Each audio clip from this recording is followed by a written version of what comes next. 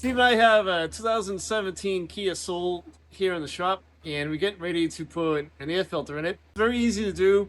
It's something you can do in your driveway at home or in your garage at home, and you'll save quite a bit of money by doing it yourself. So we've got the air filter down here, and we've got two quick disconnect releases here, and we've got this snorkel on here. So as a betting man, which I'm not, I don't know if we can straighten this whole thing out. So we're going to just release the clips here first.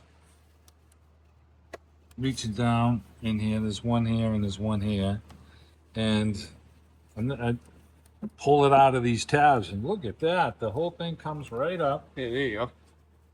And thought I was going to have to take the snorkel off, but It's nice when you kind of worm under there. yeah. So you're looking inside, you got any debris, mouse debris in there.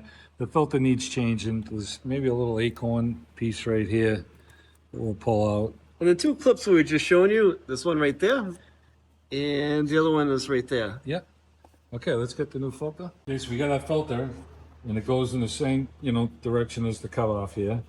And to get plenty of room to lift this thing up, so we're gonna just drop the filter down in place. Now we've got these line-up tabs right here. There's one here and one on the other side. So as we push the filter down, we're kind of pushing down on it to get those to lock in. Yep. And now these are in place.